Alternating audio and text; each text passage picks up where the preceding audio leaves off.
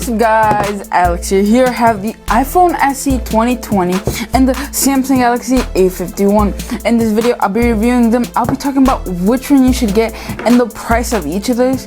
If you want the iPhone, I'll talk about that later and its specs as well. I also did a review on both of these phones. The Samsung Galaxy A51 also did a review, talk about its specs, the screens, and which one you should actually get if you just want to play video games, just have a phone for you to text your friends and stuff like that. But yeah, let's get on into the video.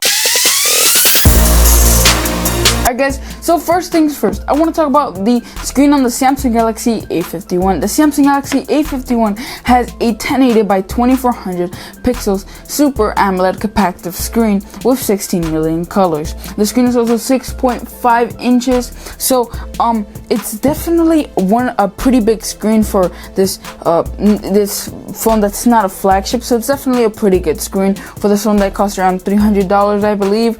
Now, iPhone SE 2020 is a 4.7 inch screen with 16 million colors with 750 by 1334 pixels. Old IPS LCD capacitive screen, again with 60 million colors, with a 326 ppi density and a 65.4 screen to body ratio. So if you ask me which screen is better, so it has an IPS LCD screen, but the battery just can't hold up. The 1821 milliamp hour battery can't hold up to that IPS LCD screen. So this will make the phone die quicker or run out of battery way faster. Well, the Samsung Galaxy A51 does just have a AMOLED capacitive screen, a Super AMOLED screen. It does have a 4000 milliamp hour battery, so that's a pretty big difference within the screens. And the iPhone SE is IP67 dust and water resistant, while the Samsung Galaxy A51 is not. But you can leave it up to 20 seconds underwater and the phone probably won't break. Now, again, screen, the Samsung Galaxy A51 does win. Now, on paper, yes, the iPhone has an IPS LCD screen, but because of the battery on the iPhone SE, it won't, last that long compared to the Samsung Galaxy A51, because an IPS LCD screen, of course, takes more battery than the Samsung Galaxy's AMOLED screen. So when you're playing a game on the iPhone SE, your phone will probably die way quicker than the Samsung Galaxy A51. You probably have better quality on the screen with the 750 by 1334 pixels, but your battery just won't hold up as well with the 1821. Maybe if they did make the battery a little bit larger, maybe 2000 milliamp hour battery, then yeah, it would be a little bit more matched. But just because it's only 1821 milliamp hour battery, then it won't work. Both of these batteries are non-removable. I think both of them have fast charging, I believe, and the iPhone SE also has wireless charging, and I think the Samsung Galaxy A51 also has wireless charging. Now, for a comparison that I've actually been wanting to do for a while, this comparison, because these phones are actually pretty good. Now, the iPhone SE has an Apple A13 Bionic. That's the latest Apple chip from the Apple all the way up to the iPhone 11 Pro Max. So this phone has the latest one. Does that make it faster? Not necessarily. Again, the battery, you do need a larger battery, in my opinion, to run higher CPUs, basically. Because if you have a pretty high CPU, then the CPU will basically take all that battery and it won't have enough battery for like the screen and stuff like that. But Apple did make it work. So it has the Apple A13, the one with the 11 Pro Max, iPhone XS, I believe. So that's a pretty big factor on this phone, and I think that's why that phone is so priced so high, because it has the latest Apple 13 Bionic. Now, the Samsung Galaxy A51 has an Exynos 9611 8 cores, I believe, an 8-core CPU, and the GPU is an Mali 672, and you can definitely see there is a difference there. In gaming, I was pretty sad about this, but I'm pretty sure the iPhone SE can run Fortnite, mostly because of that A13 Bionic chip, but the this SE can run Fortnite. So I'm pretty sure the iPhone SE can run Fortnite.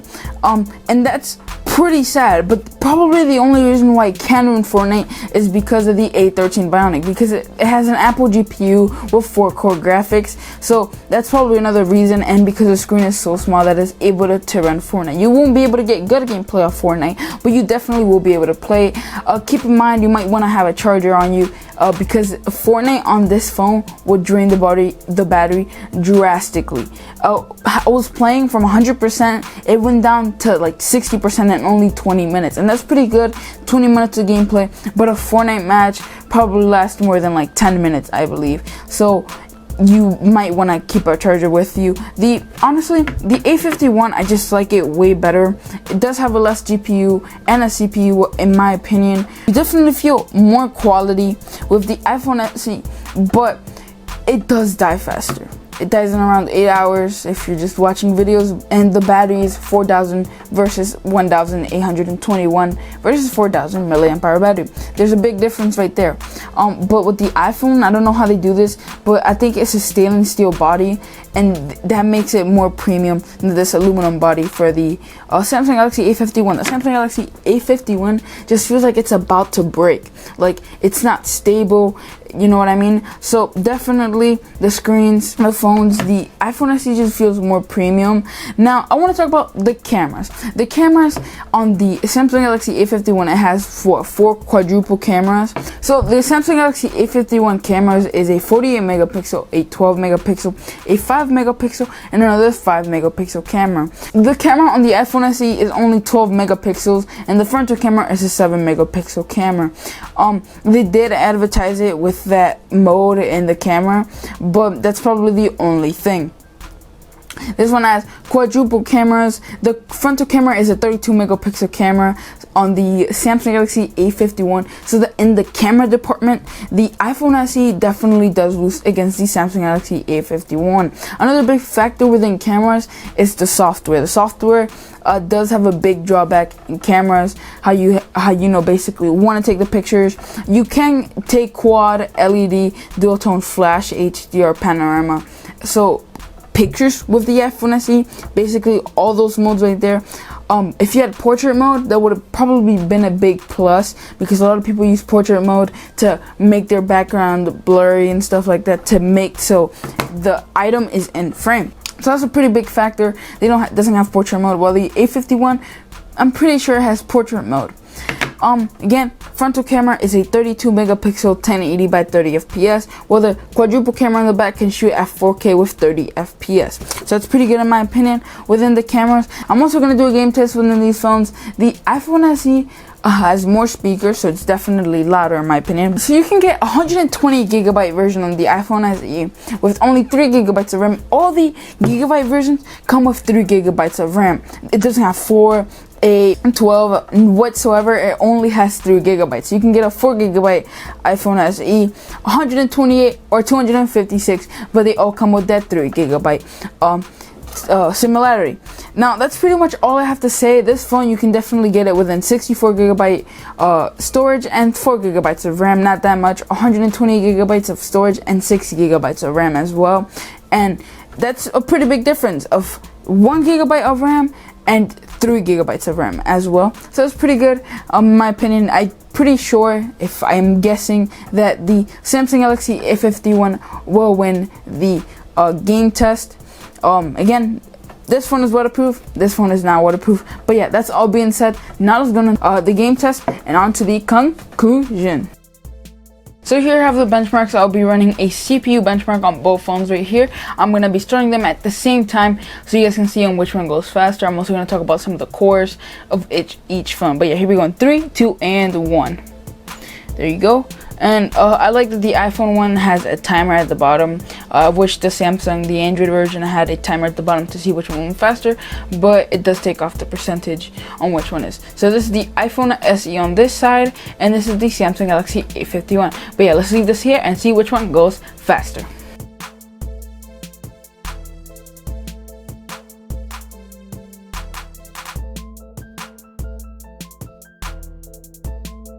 Okay guys, so I am 100% shocked. If you guys see, look at the difference between the tests. I'm gonna load up the brightness on this one as well. Look at the difference between the single core score and the multi-core score. The Samsung Galaxy A51 got destroyed by the iPhone SE. The iPhone SE has a single core score of 5,463 and a multi-core score of 13,798. That's main reason because of that is because of the Apple A13 Bionic chip that the iPhone SE has. One thing that Apple has done, make their phone cheaper with the good enough chip to run some decent enough games. But honestly, I was shocked when I saw this. You guys saw that the iPhone SE won mainly. I'm telling you, it's mainly because of the A13 Bionic. The Samsung, if you're hearing this, make the A51's chip a little bit better, because 338 and 1,338 is not that good, and these phones are about the same price, so you should be able to have a pretty good enough chip on the A51 to probably beat the Samsung, the iPhone SE A13 Bionic. But look at the single core score, compare it, look at the difference, calculate it, do the math. That's such a big difference between phones, and look at the difference of size between phones. Look how big this phone is and look how small this phone is as well. So yeah, this was pretty much it for the benchmark. Now let's go into the game test. I'll be playing Call of Duty because I do want to make this fair. The Samsung Galaxy A51 can run Fortnite, but it can run Call of Duty Mobile, so I'm going to make it fair and run Call of Duty Mobile on both these devices. I did already do a test on both of these phones, but I want to see which one is faster. But yeah, let's go into the game test. So I'll be doing the first game test on the iPhone SE. As you can see, playing Call of Duty Mobile. I'm pretty sure this phone can run Fortnite. It did allow me to update the game, so I'm pretty sure it can run Fortnite. So I'm gonna play this Call of Duty Mobile, and let's get into a match. Okay, guys, so here we have the game. I just loaded up into a match. This phone definitely feels pretty smooth, as I said in my comparison, or in my review with this iPhone SE. Definitely feels smooth. I do have to see the difference between this phone and the Samsung Galaxy A51. So I'm gonna get up to 20 kills, and then we'll A51. We're gonna go on to the Samsung Galaxy A51. Oh my god, I'm pretty sure this game is full with bots. Go kill him. That's double kill right there. Alright, so yeah, this phone, again, remember, 4-core graphics from Apple's part, and an A13 Bionic, which is probably the main reason why this phone is super good. And that it runs so quickly. A13 Bionic, but you don't have to pay the price of $1,300 for the bigger screen and the better cameras. I'm on their base. You can die. You can die. You can die. You can die. Oh, and I got killed. But yeah, definitely, this phone definitely feels very smooth. Now, I wouldn't say smoother than most flagships, but it does have the A13 Bionic, which outclasses and beats some of the high flagships from like Samsung and Huawei and Xiaomi and stuff like that. But yeah, here we go. You know what? I'm gonna go full knife. Let's go. You can die. You can perish. Where you at? Oh, look, a big lag spike right there. That's gonna be a negative point on my part. This is the first lag spike I have seen with this phone. I don't know if the game crashed or whatever, but as you guys can see, I am trying to move my screen and I can't. I can't do anything. I'm pretty sure I died, but as you guys can see, I can't really do anything. So I'm pretty sure the game crashed. Let me see if I can reload it or something, but I'm pretty sure this game crashed. That's a pretty bad negative point on the on this iPhone SE right here, but I'm just gonna leave it at that. See, the game crashed and now I'm back at the screen. So yeah, that's a pretty negative point on the iPhone SE. But now let's go into the Samsung Galaxy A51. So you guys could have definitely seen that was a pretty big lag spike on Apple's part, but I don't know if that big of a lag spike is gonna have with the Samsung Galaxy A51. I don't know what's wrong with the games, but I cannot hear any sound whatsoever, so I'm just gonna leave it like that. Oh yeah, this is definitely the test for the A51. We're gonna see if it has a big lag spike just like the iPhone SE, because that was a pretty big lag spike. I was in the middle of a game, I was killing somebody, and then the game just froze on me. I don't think this will happen with this Samsung Galaxy A51, but let's see. I'm gonna run over here. A little bit laggier than the A51. I mean, than the iPhone SE 2020. Definitely a little bit laggier. I'm not gonna lie. Just that A13 Bionic doesn't hold up to this one as well, as because this one doesn't have an A13 Bionic, so that's pretty bad. Let's see, come on, no lag spike. I'm gonna do after this, I'm gonna run into the conclusion so you guys can see. But yeah, honestly, I'm pretty sure this phone won. Only department where it lacks is the CPU department. A13 versus this Exynos CPU. So yeah, I'm pretty sure that's probably the only reason why the iPhone SE wins in. So yeah, that's pretty much, you know, why this phone is definitely better screen, you know, better battery and stuff like that. But yeah, here we go. Let's have this now. I'm gonna kill these peoples. But yeah, that's probably the only reason why, the only category where the iPhone SE won, it was definitely in the CPU. You know, mainly because the phone has that A13 Bionic, beat the benchmark as well.